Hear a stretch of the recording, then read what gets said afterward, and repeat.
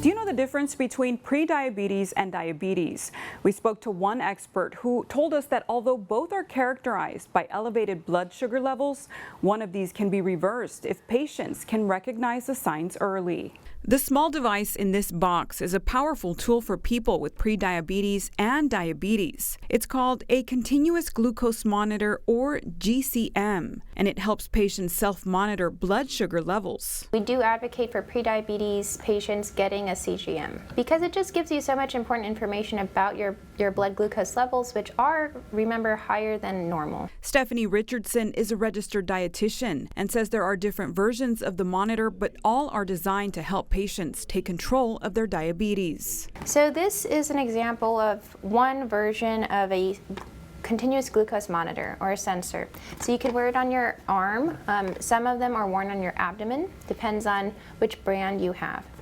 And some are covered by insurance. Unlike type 1 diabetes, which is an autoimmune disease, prediabetes is closely related to type 2 diabetes. Both types require patients to monitor sugar levels closely to avoid other health problems. Prediabetes is characterized by elevated blood sugar levels, but it's not at a level that is considered diabetes. It's different in the fact that it's usually earlier on in someone's life, so there hasn't been enough time that has passed to cause significant damage to those blood vessels and the organs that we're familiar with, such as the kidney and the heart. She says prediabetes develops over time, but there are warning signs you can watch out for. Darkening of the skin, called acanthosis nigricans, it occurs in the creases of the body. And it's not necessarily an indicator, but it is associated with weight gain and insulin resistance. So the actual determining factor is usually weight-based.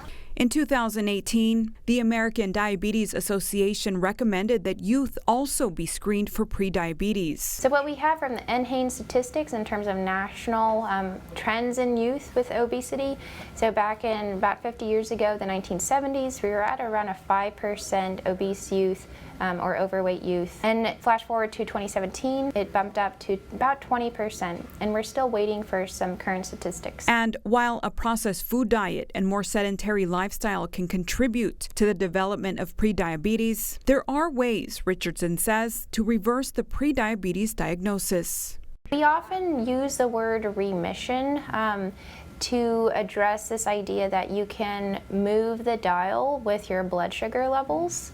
And so definitely, just as with type 2, you see that A1C go down. Same thing applies to prediabetes.